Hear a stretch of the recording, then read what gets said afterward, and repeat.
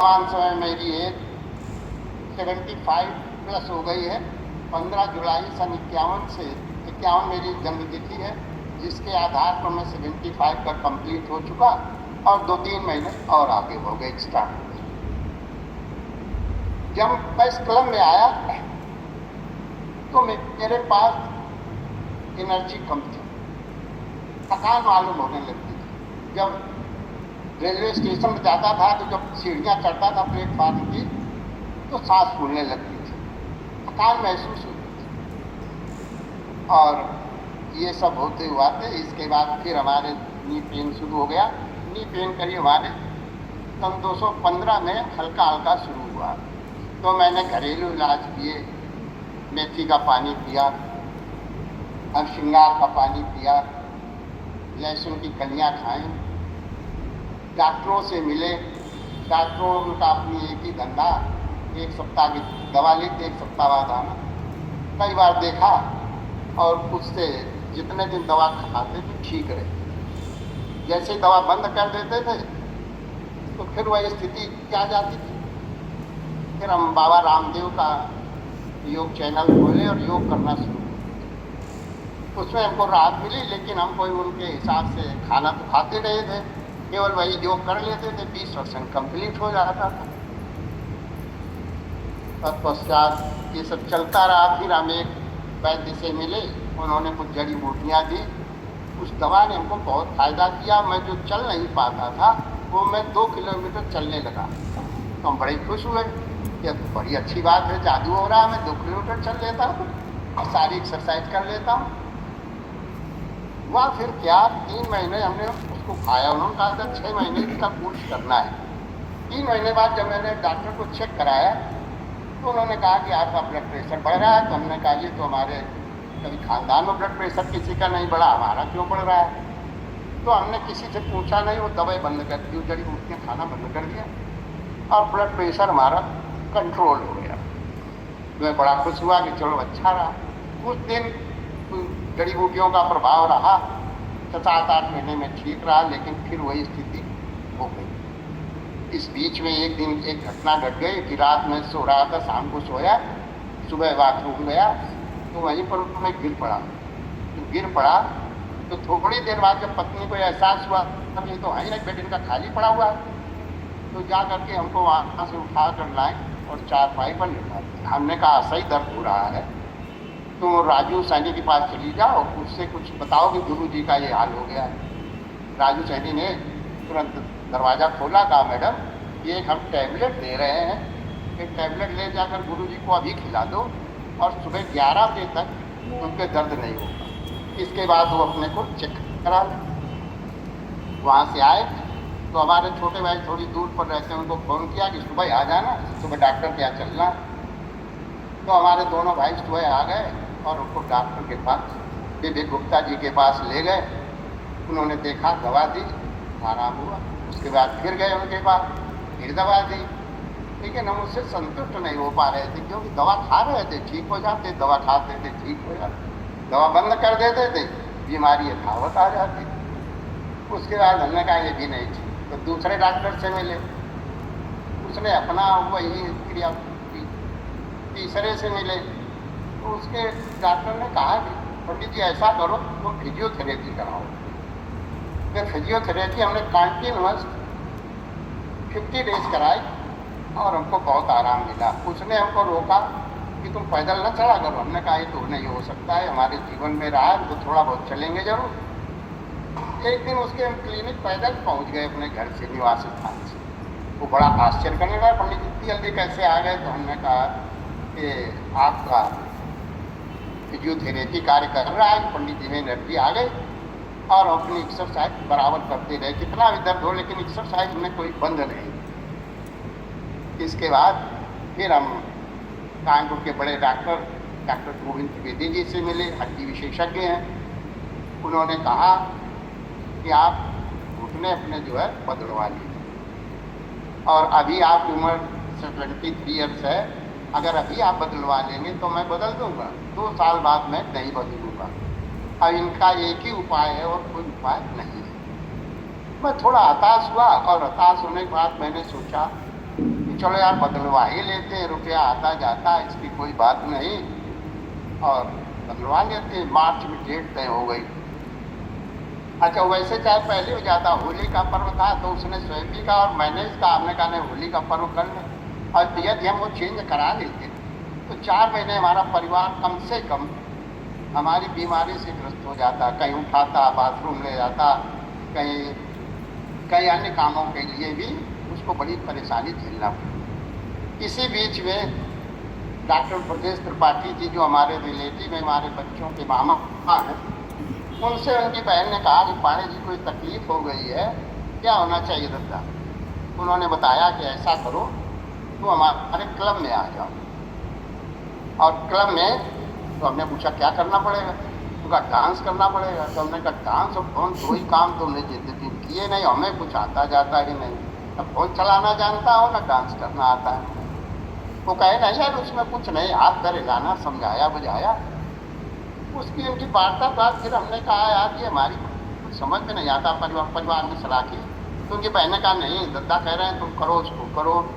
और हमारे बहू बेटे ने भी उसमें बड़ा सहयोग किया, जबरदस्त। उनका नहीं है, पैसे की बात नहीं, पैसा हम जमा करेंगे, आप करो। 28 को उनसे बात हुई शाम को, 29 को सवेरे हमने ज्वाइन कर लिया। एक ही दिन का विलम्ब किया, इसका विलम्ब नहीं।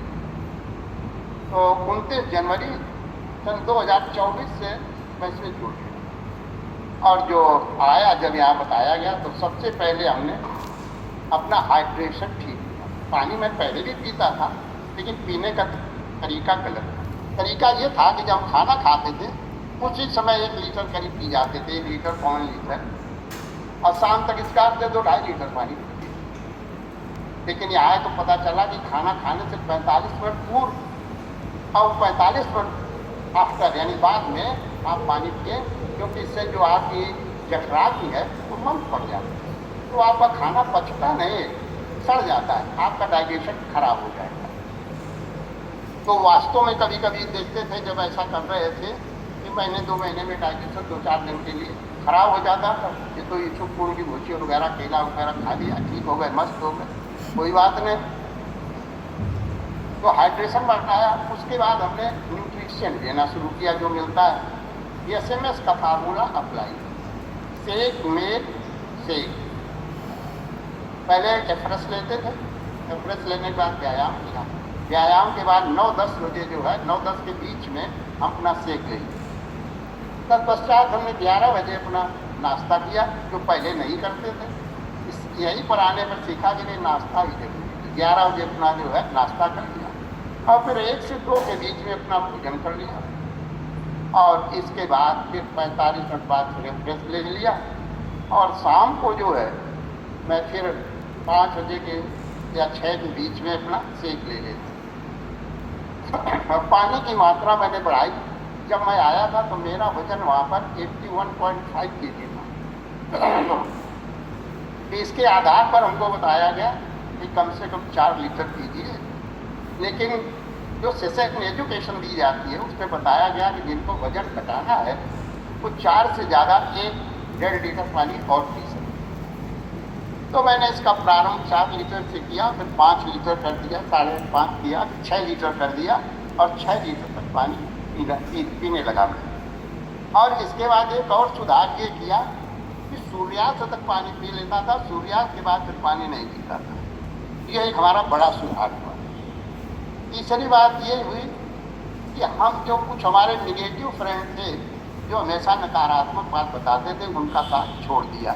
उन्होंने कहा मिलते नहीं हो, हमने कहा यार टाइम नहीं लगता, दुनिया भर की बातचीत करके उनका साथ छोड़ दिया और अपने माइंड को पॉजिटिव किया। उनसे जब चर्चा की उनका अरे कहाँ फंस रहे हो इसमें, कहीं स्वास्थ्य ठीक होगा, अब फंस जाओगे, हर महीने जो है ये फीस दोगे और इससे कुछ फायदा नहीं। तो हमने कहा अच्छा चलो यार 1 महीने देखते हैं। मैं 1 महीने के लिए आया था, लेकिन बाद में पता चला कि 3 महीने के पहले कुछ रिजल्ट नहीं आएगा।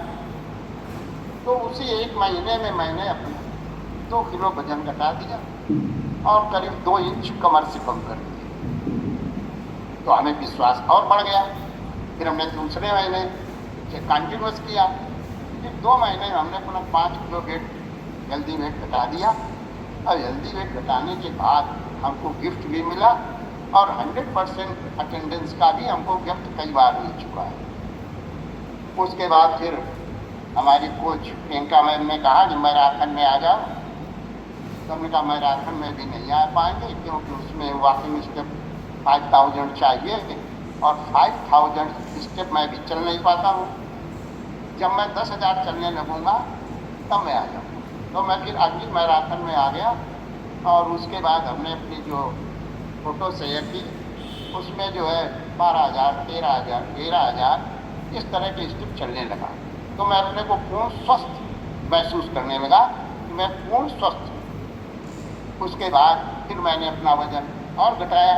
6 महीने पर मैं अपने आइडियल वेट पर आ गया। मेरी हाइट 170 सेंटीमीटर है। इसके आधार पर हमारा आइडियल वेट 65 kg ही होना चाहिए।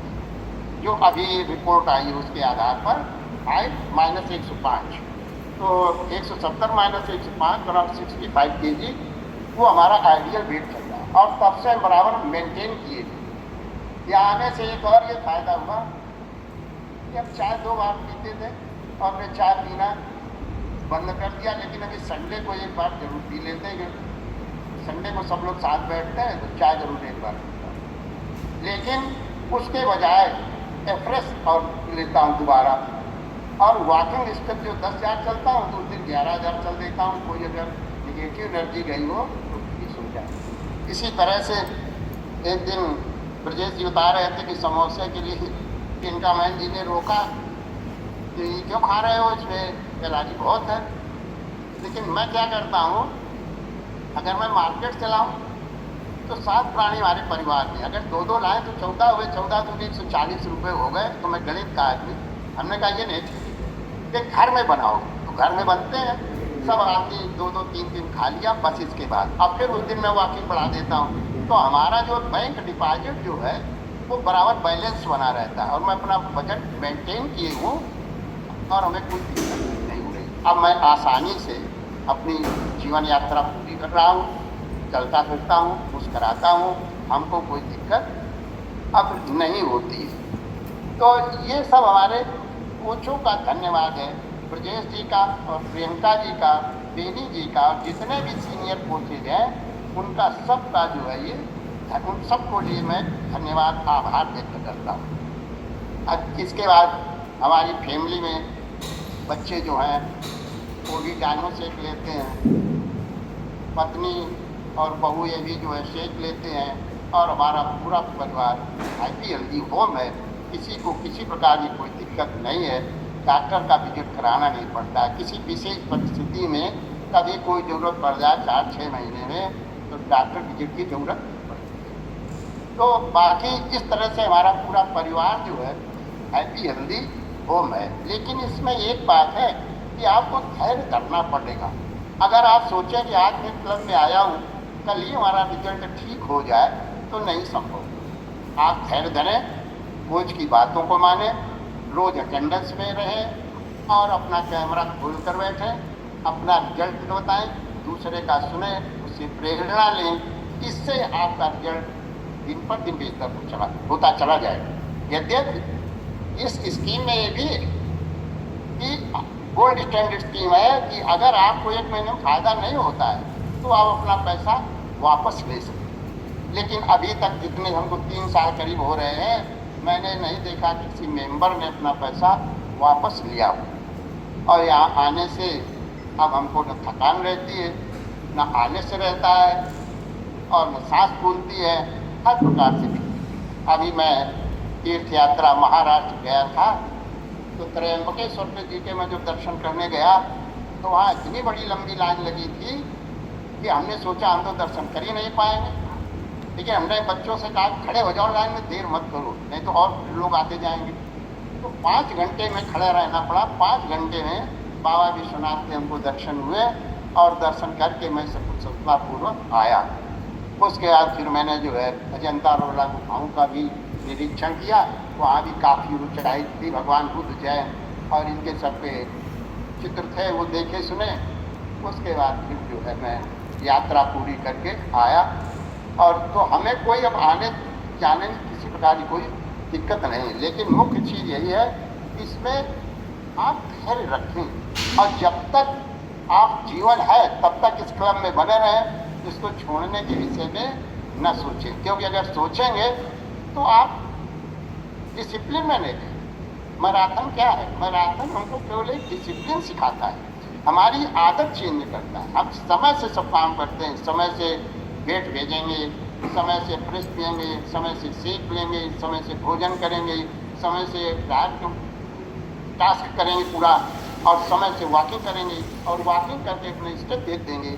इस तरह से मैराथन जो है हर आदमी को, जिसने न किया हो, जो आलसी हो, उसे तो जरूर करना चाहिए। वैसे तो सबको करना चाहिए, लेकिन अगर मान लीजिए कोई नहीं करता है तो जिसके जीवन में शासन नहीं, अनुशासित नहीं है, उसे जरूर करना चाहिए। मैंने तो पहले बार ही किया कि हमको जो उसमें इनाम भी मिला, गिफ्ट भी मिला, और मैं तब से पूर्ण अपने जीवन को स्वस्थ अनुभव कर रहा हूँ।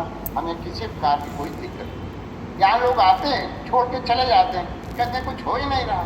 मैजिक तो होता है, लेकिन मैजिक के लिए आपको अपना धैर्य रखना होगा, आपको शानदार रिजल्ट मिलेगा।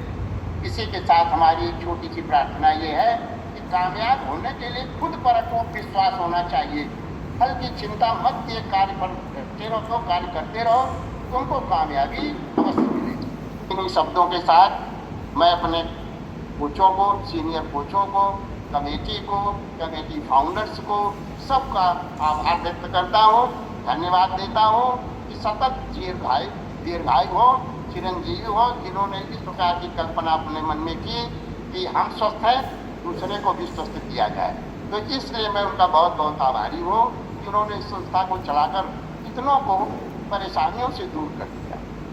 तो इस तरह से मैं अपनी यात्रा, जीवन शैली बताने से बहुत ही शानदार दया जी, बहुत ही शानदार। एक बार आप सब लोग दया जी के लिए 1 2 3 पे शाबाश बोल सकते हैं। ये गया आपके पास अनम्यूट का ऑप्शन, एंड 1 2 3 शाबाश दया जी।